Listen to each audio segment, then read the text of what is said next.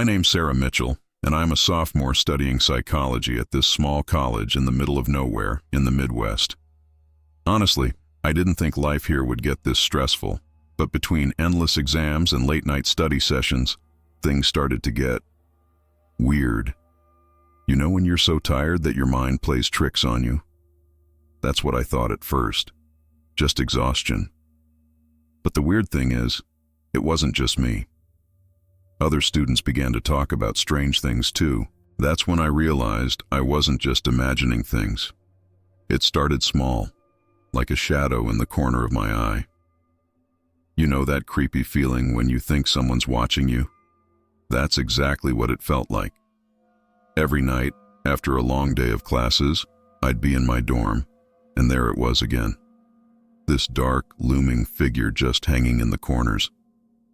At first, I told myself it was nothing, just shadows, right? But the longer I stared at it, the more it felt like it was alive. I laughed it off with my roommate at the time, but deep down, it unsettled me. Other nights I'd be up late studying, and that's when the shadow would show up again. I swear it would get closer each time.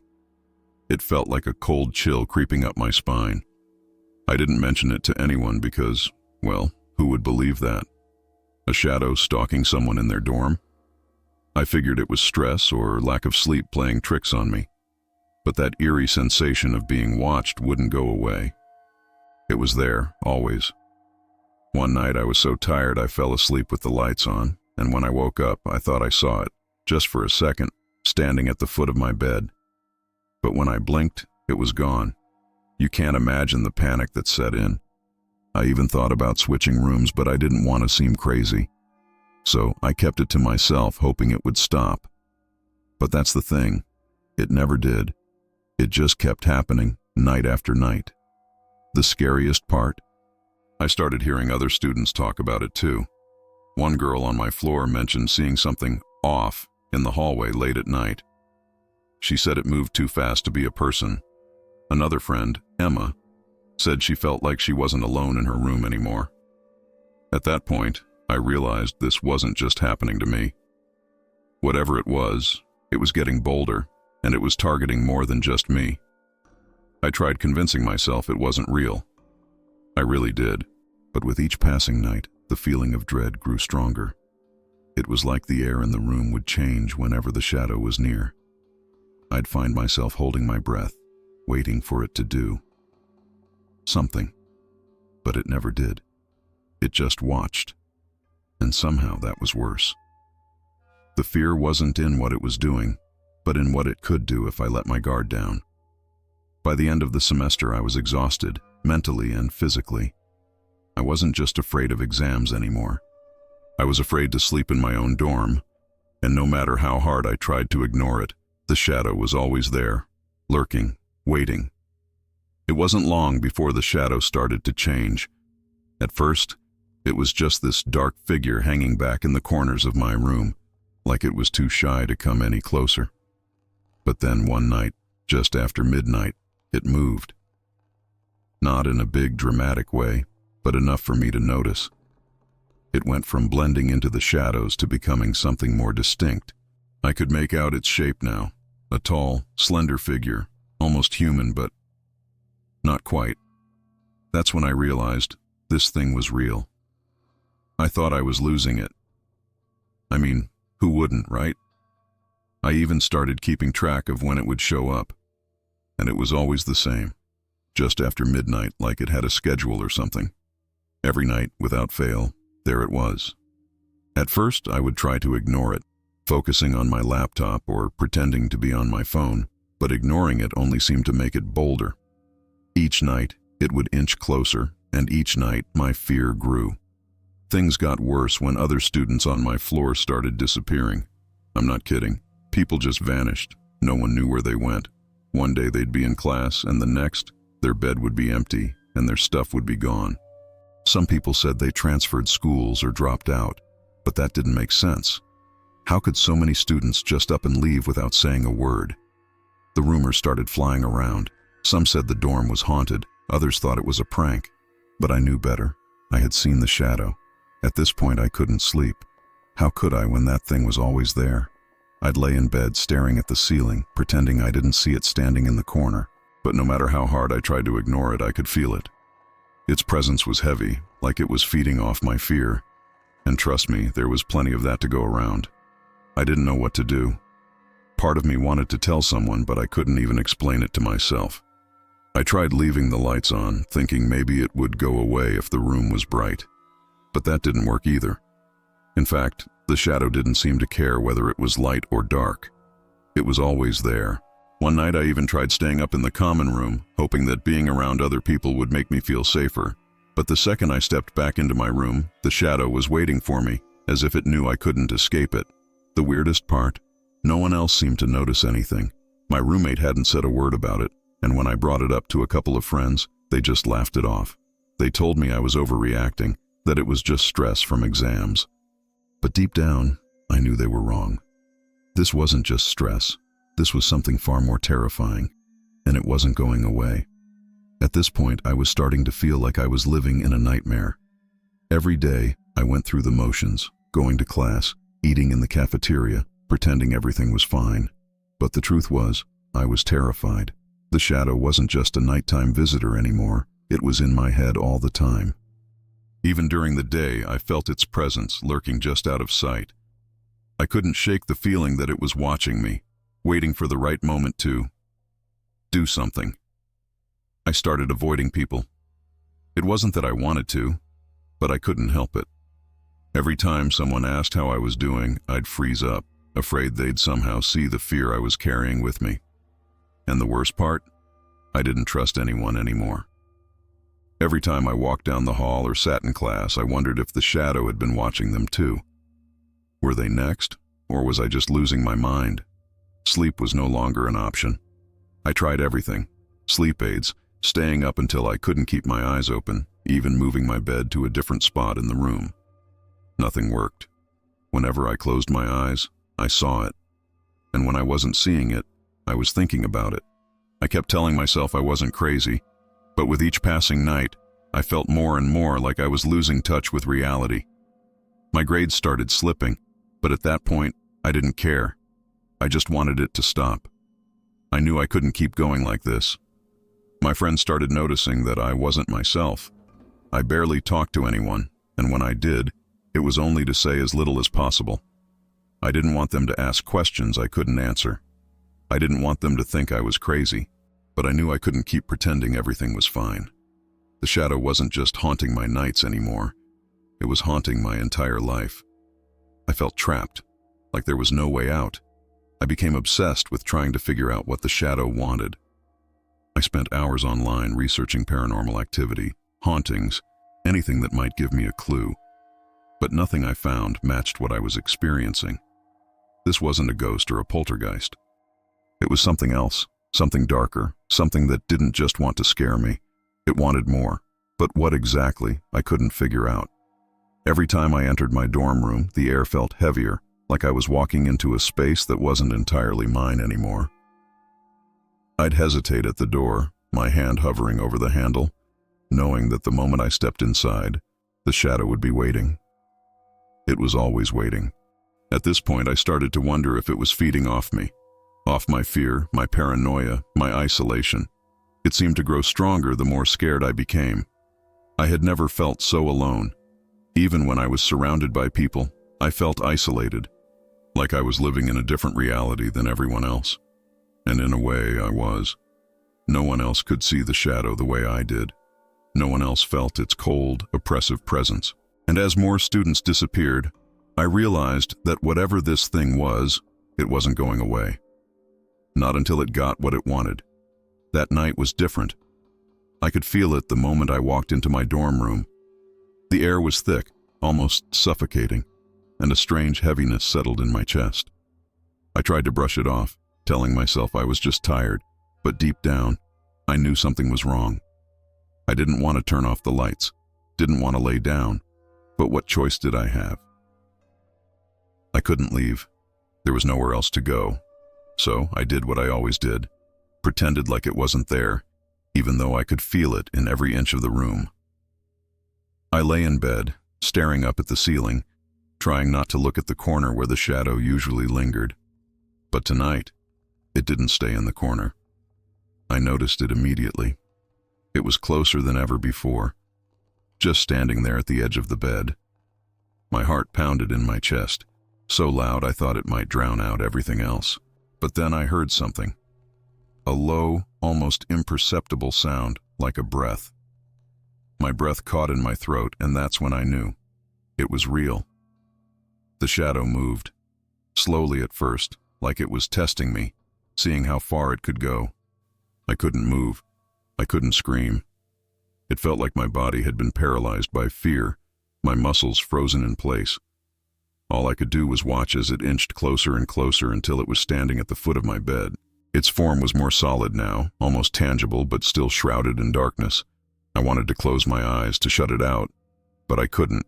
I was trapped in that moment, forced to confront whatever this thing was. It hovered over me, and I swear I could feel it, like a cold wind brushing against my skin. My throat was tight, and no matter how hard I tried, I couldn't make a sound. I didn't know what it wanted, but I could feel its hunger, its need to consume something more than just my fear. The room seemed to close in around me, the walls pressing closer as the shadow leaned in. I felt like I was drowning in my own terror. And then, it touched me. Not physically. No, that would have been too easy. It was like it reached into my mind, pulling at the deepest parts of me, feeding on my panic, my helplessness. I could feel it growing stronger as my fear intensified, and that's when I realized what it had been doing all along. The missing students, the disappearances, they weren't accidents. The shadow had taken them, consumed them, just like it was trying to do with me. In that moment, I understood something else. There was no escaping it, no running away, no hiding. The shadow had latched onto me, and it wasn't going to let go. It didn't want to kill me, at least not in the traditional sense. It wanted to break me, piece by piece, until there was nothing left but fear. I could feel it pressing down on me. And for the first time, I wasn't sure if I'd survive the night. I don't remember how long it lasted. Time seemed to lose all meaning in that suffocating darkness. All I know is that, at some point, the shadow retreated, fading back into the corners of the room like it had finished feeding, at least for now. But the damage was done. I knew, deep down, that I'd never be the same. The shadow had left its mark, and it wasn't finished with me yet. It was just waiting, biding its time until it could strike again. After that night, I was never really alone. The shadow was always there, lurking in the back of my mind, even when I couldn't see it.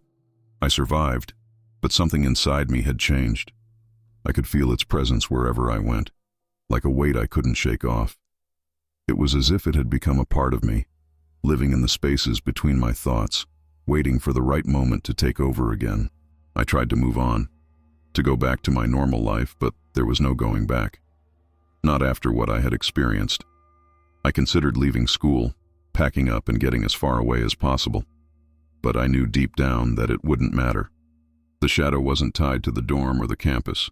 It was tied to me. Wherever I went, it would follow. The fear was always there, a constant companion, gnawing away at my sanity. I started hearing rumors again. Whispers about other students seeing strange things in their rooms. One freshman even mentioned a shadow figure standing at the foot of her bed. My heart sank when I heard that. It wasn't over. I realized then that the shadow wasn't just after me. It was hunting, moving from one victim to the next, feeding on our fear, growing stronger with each new target. The more I thought about it, the clearer it became. This was a cycle, an endless loop of terror that wouldn't stop until it had consumed us all. I wasn't the first, and I wouldn't be the last. I started keeping to myself more, afraid to get close to anyone. If the shadow could jump from one person to another, I didn't want to be responsible for someone else's suffering. Every night, the weight of it bore down on me. I could still see it sometimes, lurking in the dark corners of my room, watching, waiting. But it didn't attack like before. No, it was smarter than that. It knew it had already won. I was living in constant fear, and that was enough to sustain it. I couldn't fight it, couldn't escape it. The only thing I could do was endure, waiting for the day when it would strike again. and I knew it would. It was only a matter of time. The worst part was knowing that other students were starting to experience the same thing. I tried warning a few of them, but they didn't believe me. Just like I hadn't believed it at first. I could see the same fear growing in their eyes, the same paranoia that had consumed me. It was only a matter of time before the shadow moved on to them, and when it did, they would be just as helpless as I was. There was no escaping it. I wish I could say I found a way to stop it, that I managed to break free from its grasp. But that's not how these things work. The shadow doesn't just go away. It stays with you, feeding off your fear, waiting for the moment when you're weakest. I'm still here, still fighting to keep it at bay, but I know that one day I'll lose.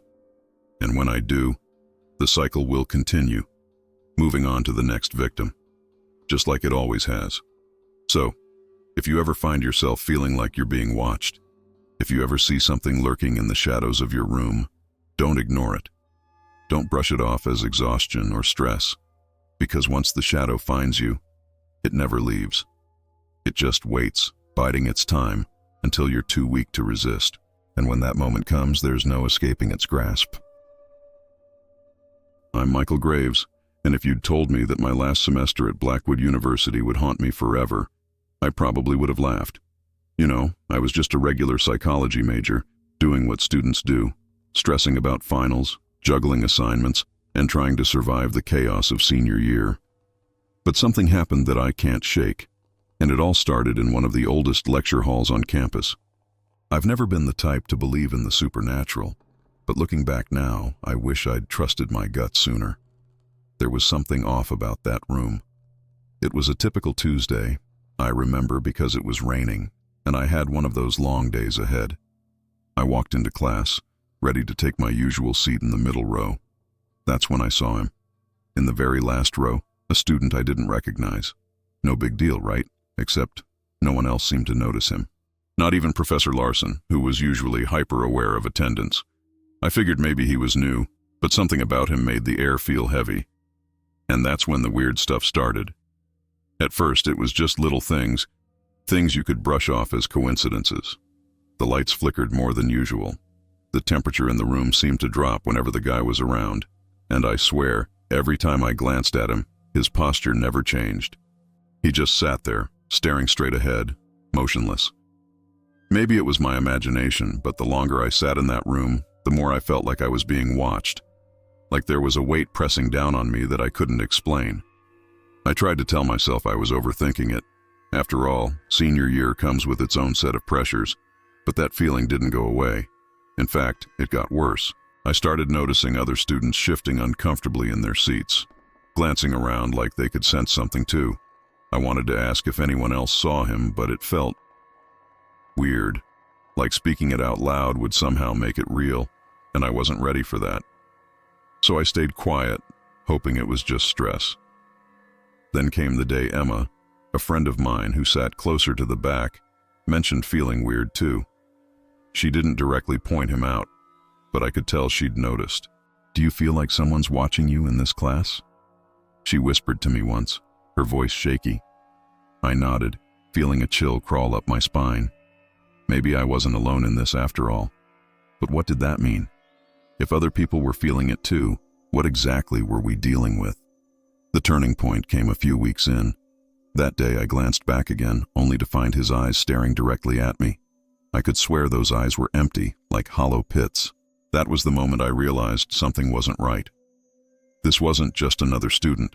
Something else was happening, and I had no idea how deep it went. And the worst part? I wasn't sure I wanted to find out. After that day, things escalated fast. It started small, nothing that anyone would freak out about at first. The students who sat near the guy in the back began to slip. Emma was the first to change. She stopped showing up to our study sessions, and when I'd see her in class, she looked like she hadn't slept in days. Her usually bright personality seemed dull, almost like something was draining the life out of her. It wasn't just Emma, though. A few others, people I didn't even know that well, began to act strange too. At first, it was forgetfulness. They'd forget assignments, miss deadlines, or leave their books behind in class. pretty normal stuff for stressed out students, right? But then it got weirder. One guy, Alex, started mumbling to himself in the middle of lectures. It was like he was having a conversation with someone who wasn't there. He'd stare blankly at the front of the class, eyes glazed over, as if he wasn't really present. And it wasn't just him, others started doing the same. It was like something had sucked the energy out of them, leaving them as hollow shells of who they used to be. Emma, though. Emma's decline was the hardest to watch.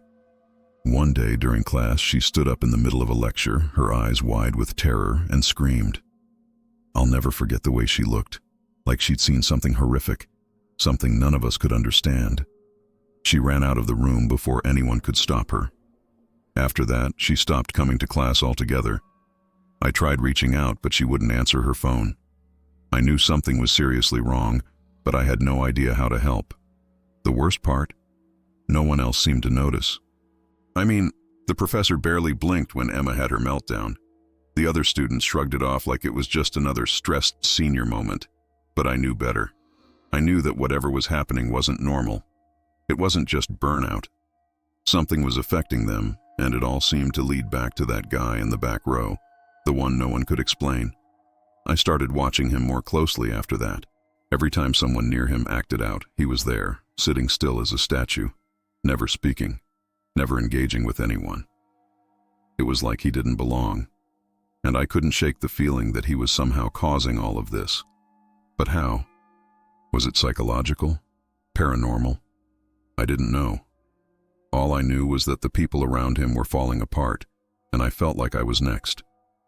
It didn't take long before I started feeling the pressure too. The air around me felt thicker whenever I was in that room, like I was wading through some invisible fog. I couldn't concentrate, and my grades began to slip. I stopped sleeping well, always on edge, waiting for something to happen. Every time I closed my eyes, I'd see his face, expressionless, unblinking. It was driving me insane, but I couldn't bring myself to tell anyone. Who would believe me? After Emma's breakdown and the growing strangeness around me, I knew I had to do something. Ignoring it wasn't working, and I couldn't sit there while more people spiraled into whatever darkness was consuming them. I decided to investigate, even though part of me dreaded what I might find. It felt like I was diving headfirst into a pool with no idea how deep it went. I started small, asking around about the nameless student, but every time I brought him up, people would give me this blank look, like they didn't know who I was talking about. How could that be? I went through yearbooks, student records, anything I could get my hands on, but there was no trace of him. No name, no registration, nothing. It was as if he didn't exist. And that made things worse because if he wasn't on the books, what the hell was he doing in class every day? The more I dug, the more questions I had, and every answer seemed to lead to a dead end. It was maddening. I even asked the professor directly once, casually bringing up the new student in the back. Professor Larson just smiled, shook his head, and told me I must be mistaken. Mistaken? How could I be mistaken? I saw him. I wasn't imagining this. The more I pressed, the more I got this eerie feeling that the professor knew more than he was letting on. His eyes would glaze over every time I mentioned it, like he was avoiding the subject on purpose. I started to wonder if he was in on it. Maybe he knew what was happening and was covering it up. That thought only fueled my paranoia, and I found myself watching Larson, trying to figure out if he was hiding something. It made every class feel like a game of psychological warfare. At night, it got worse. I couldn't sleep. Every creak of the floorboards, every rustle outside my window, made me feel like I was being watched. And the strange thing, whenever I had the courage to look, I could almost see a shadow at the edge of my vision. Like someone was there, just beyond the line of sight. I knew it couldn't be real, but the sensation of being followed, even in my own dorm, was so intense that I'd wake up in a cold sweat. The fear was consuming me, and I didn't know how to stop it. I reached out to a few classmates, but none of them could help. The ones who sat closest to him were the worst off. They didn't seem like themselves anymore. It was like talking to ghosts, their eyes hollow, their minds fogged. Whatever had gotten to them was deep, and I was terrified I'd be next. But I couldn't stop. I had to figure out what was happening before it was too late, for me and for everyone else. The more I tried to get answers, the more I felt this unseen force closing in on me. It was like a noose tightening around my neck, pulling me deeper into this nightmare I couldn't escape. I started noticing things I hadn't before. The way his eyes would lock onto me for just a second. The way the air felt thicker when I entered the room. Whatever was happening, it was connected to him, but I still didn't know how. One night, after weeks of sleepless nights and relentless paranoia, I decided to stay late in the lecture hall. I don't know what I was expecting to find, but something inside me told me that the answers I was looking for were there, in that room. It was past 10, the building was nearly empty, and the silence was deafening. The halls echoed with my footsteps as I made my way toward the classroom. My heart raced and my hands trembled as I pushed open the door, half expecting to see him sitting there waiting for me. But the room was empty. The lights flickered as usual, casting strange shadows on the walls. I stood there for what felt like an eternity, just taking it all in. And that's when I felt it, a cold, hollow presence creeping up my spine. It was subtle at first, like a chill in the air, but it quickly grew more intense. I could feel my skin crawling, and my breath hitched as I realized I wasn't alone. Something was there with me even if I couldn't see it. I knew deep down that whatever it wasn't human. Suddenly a flash of something hit me, an image, or maybe a memory, I couldn't be sure. In that moment, I saw the nameless student, but not as I'd seen him before. This time his face was twisted, grotesque, almost inhuman. His eyes were empty, black voids that seemed to suck the light out of the room. And his smile, it was wrong, too wide, too unnatural. It was like looking into the face of something that shouldn't exist, something that had been hiding in plain sight all along. My knees buckled, and I had to steady myself against a desk. It hit me then. He wasn't real, or at least not in the way I had thought. He wasn't a student. He was something else, something that fed off of us, off of our fear, our confusion, our doubt. I don't know if it was a demon or a ghost or something worse, but I knew it was using us. We were its prey, and the classroom was its hunting ground.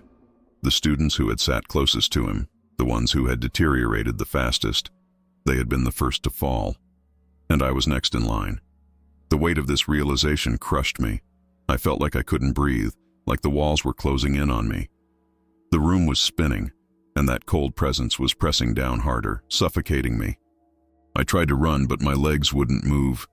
It was like I was trapped in some kind of waking nightmare, unable to escape. And then, just as suddenly as it had come, the presence lifted. The room returned to its usual eerie quiet, but I knew better now. It wasn't gone. It was just watching, waiting. I stumbled out of the room, gasping for air, my mind racing. How could I explain this to anyone? Who would believe me? They'd think I was losing it, just like Emma, just like the others. But I knew the truth now. The nameless student wasn't some figment of my imagination. He was a parasite, feeding on our worst fears, manipulating our minds until we broke. And the worst part? I had no idea how to stop him. After that night, I knew I couldn't go back to that lecture hall. Dropping the class seemed like the only option. I didn't care about my GPA or what anyone thought. I just needed to get out. But even after I officially withdrew, the nightmares didn't stop. Every night I saw him. He was always there, sitting in the back row, staring at me with those hollow eyes. It didn't matter if I was asleep or awake. He was in my head now. I couldn't escape him, no matter how hard I tried. I started avoiding the campus altogether. Every time I walked by the building, I felt that same oppressive weight, like he was pulling me back in. I heard whispers from other students, rumors about more people acting strange, more breakdowns. They didn't know what was happening, but I did. The nameless student was still there, feeding, waiting, and no one seemed to notice. It was like the university was cursed, and everyone who stepped into that lecture hall became his next victim. I tried warning a few people, but no one took me seriously. "It's just stress, man," they'd say, laughing it off like it was nothing. But it wasn't nothing. I could see it in their eyes. The exhaustion, the fear. It was starting again. The cycle was repeating itself, and there was nothing I could do to stop it. The more I tried to distance myself, the more I felt him closing in. It was like he had marked me, and no matter where I went, that connection remained. Graduation came and went, but the memories stuck with me. I'd moved on in life, new job, new city, but I still couldn't shake the feeling that he was out there, somewhere. Sometimes when I'm sitting in a meeting or working late in an empty office, I'll catch a glimpse of something out of the corner of my eye. Just a shadow maybe, or a flicker of movement that I can't quite explain. And I know it's him. He's still watching, still waiting. People say time heals all wounds, but I don't think that's true. The terror I felt in that classroom has only grown with time. Every day I wonder when he'll come for me again. Maybe I escaped him once, but I know deep down that it's only temporary. He's out there, lurking in the shadows, waiting for the right moment to strike. And when he does, there won't be any running. I've thought about going back to Blackwood, about trying to warn the new students who will inevitably fall into his trap. But what good would it do? The cycle is unbreakable. He'll always find someone new to feed on, someone too naive or too desperate to believe the warnings. And when they realize what's happening, it'll be too late, just like it was for me. The nameless student is still there, and he always will be, haunting that lecture hall and the minds of everyone who steps inside. My name is Jessica Harper, and I'm a literature student at a small, quiet college in Massachusetts. You know the kind of place: old brick buildings, sprawling lawns, and a library that feels like it hasn't been touched in decades. It was one of those late-night study sessions when I first found it. I was exhausted from midterms and wandering the library, looking for some obscure text I needed for a paper. That's when I stumbled upon the restricted section, tucked away in a corner I'd never noticed before. The door wasn't locked, which felt odd, but I didn't question it at the time. Inside, the room was filled with dusty old tomes, the kind of books that look like they've been forgotten for centuries. One caught my eye, a small, leather-bound volume with no title. It was ancient, its pages yellowed, and the leather cover was worn, like it had been handled countless times. I felt a strange pull towards it, a curiosity that I couldn't explain. I picked it up, and immediately, an unsettling chill ran down my spine. You know that feeling? Like you just did something you shouldn't have? That was me, but I was too intrigued to leave it behind. I checked to see if there was anything inside the book, a title page, an author's name, anything that could tell me what it was. But there was nothing. It was blank for the first few pages, then filled with handwritten text that looked like it was done in some ancient language. I had no idea what it said, but the strange thing was, I could swear it was calling me, not literally, but in a way that made me feel like I had to know more. So, against my better judgment, I took the book home. I know, it sounds like the beginning of every horror story ever told, but I didn't think anything of it at the time. I figured I'd just check it out, maybe ask a professor about it later. It wasn't like I believed in curses or haunted books. But as soon as I left the library, something changed. The air felt heavier, like I was being followed, even though I was completely alone on campus that night. By the time I got back to my apartment, I was feeling uneasy. I brushed it off as nerves. It had been a long day after all. I placed the book on my desk and went about my usual routine. But no matter what I did, I couldn't stop thinking about it. That strange pull it had over me only grew stronger. I tried to sleep, but the image of that book, with its blank cover and eerie silence, kept creeping into my mind.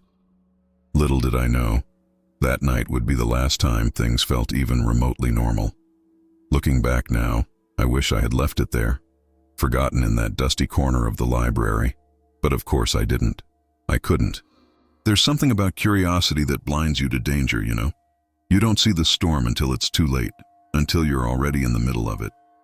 And trust me, that book, it was the beginning of something I never could have prepared for. The strangest part. Even now, after everything that's happened, I can still feel that pull, like the book isn't done with me yet. After that first night, things started to get weird pretty fast. The book had this way of drawing my attention, like I couldn't escape it. Every time I walked by my desk, it felt like it was staring back at me, even though it didn't have eyes, obviously. It's hard to explain, but I'm sure you felt something like it before, that nagging sense that something's just off. The strangest part. The book seemed to change. Every night it got a little thicker, like more pages were somehow being added, but I couldn't remember them being there the day before. I thought I was losing my mind. At first I chalked it up to stress. I mean, it was midterm season, and sleep was a luxury I hadn't been getting much of. But soon, things got harder to ignore. I swear, the book started whispering my name. Softly at first, like a breeze passing through a cracked window. So faint I almost convinced myself I was imagining it. But then, the whispers became more frequent, more insistent. I'd hear it at random times, like when I was brushing my teeth or cooking dinner. It was always there, lurking in the back of my mind. And the worst part, it sounded like my own voice. I tried to ignore it. I mean, what else was I supposed to do? I wasn't about to tell my friends I was being haunted by a book, but the more I ignored it, the worse it got. The whispers turned into full-blown voices, unintelligible, like a chorus of distant murmurs, all speaking at once. I couldn't make out what they were saying, but the tone was always the same, dark, menacing, like they were trying to warn me, or maybe something worse. It was becoming impossible to sleep. Every night I'd lie awake, listening to those voices, and I'd feel something moving around my apartment, always just out of sight. That's when I started to feel like I wasn't alone. At night especially, I'd sense something in the room with me, hovering in the dark corners, just waiting. I never saw anything. Not really, but I could feel it. You know that sensation when you can't see someone, but you know they're watching you? It was like that, only it felt like whatever was watching me wasn't exactly human. I couldn't shake the feeling that it was tied to the book, like it was feeding off it somehow.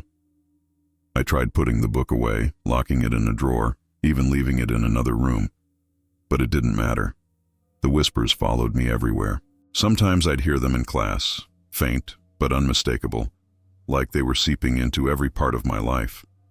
It didn't help that no one else seemed to notice. My friends thought I was just tired, maybe a little paranoid. They kept telling me to relax, take a break from studying, but I knew something was wrong. I just didn't know how to explain it without sounding completely insane. By the time the third week rolled around, I was barely functioning. The book wasn't just whispering anymore, it was practically screaming. Every time I opened it, the pages would flip on their own, like something inside was trying to get out. And the worst part, the voices started to sound angry, like whatever was in that book was mad at me for not paying attention. I knew I couldn't keep pretending nothing was happening, but I still wasn't sure what I was dealing with. All I knew was that the presence I felt was getting stronger. I couldn't shake the sense that whatever was in that book wasn't done with me. It wasn't long before my friends started noticing something was off. I'd been acting weird for weeks, I knew that, but I thought I'd been keeping it together better than I actually was. One night, my friend Lisa came over to study, and she asked if I was okay. I brushed it off, told her I was just tired, you know, the usual. But then, as we were sitting there, the voices came back. Only this time, I wasn't the only one who heard them. I saw her face go pale, and she looked at me like, "Did you hear that?" My heart sank. I wasn't imagining it. The whispers were real.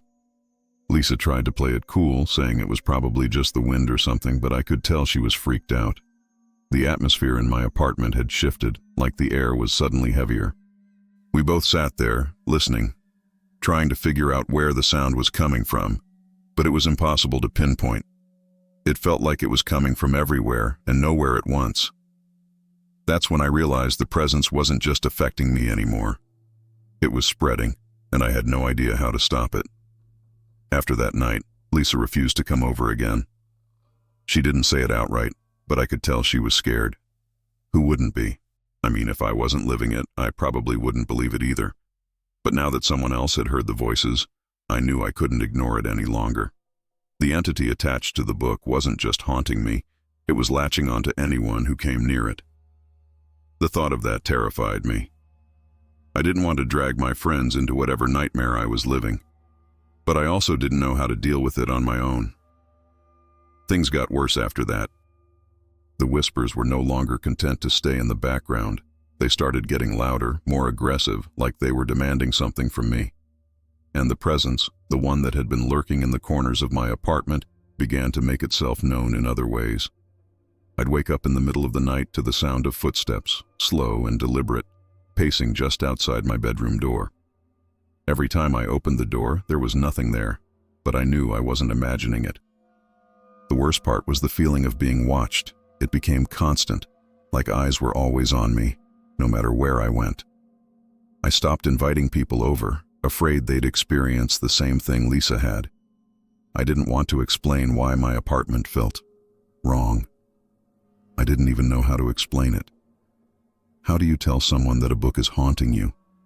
That there's something in your home that you can't see but you can feel, and it's growing stronger every day?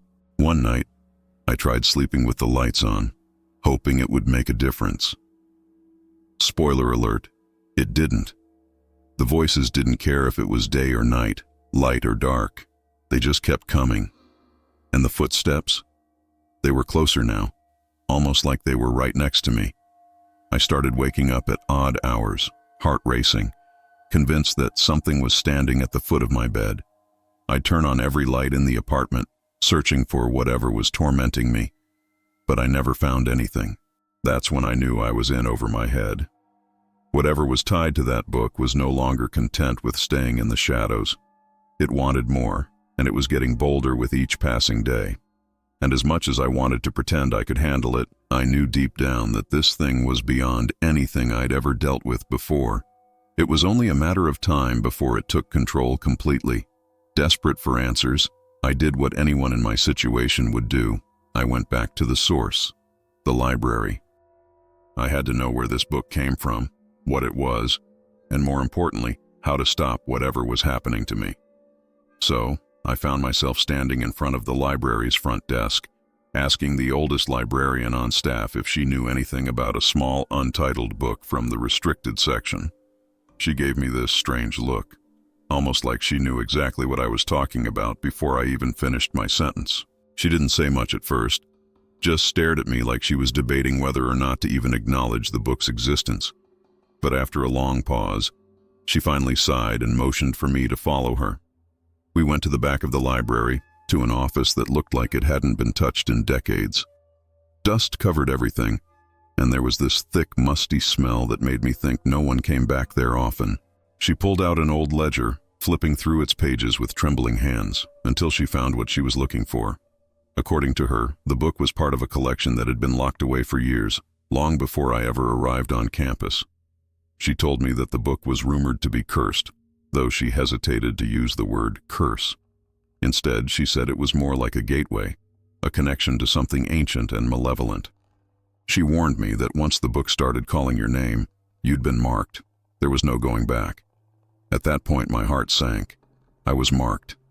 That's when I realized how deep in this I really was. I asked her if there was any way to undo it, to stop whatever was happening. But her face told me everything I needed to know before she even spoke. "There's no escaping it once it started," she said softly. "The book feeds off of fear, off of your attention. The more you try to fight it, the stronger it gets." She explained that the whispers, the growing presence, were all part of the book's nature. It lures you in, feeding off your curiosity, until you're too far gone to resist. The more she talked, the more I felt the weight of what I had done.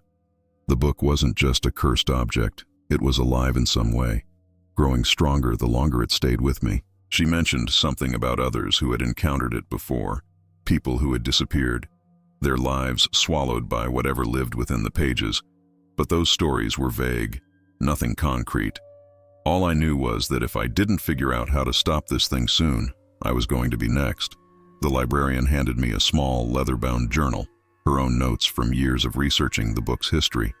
It was filled with cryptic warnings and scattered accounts from people who had crossed paths with it.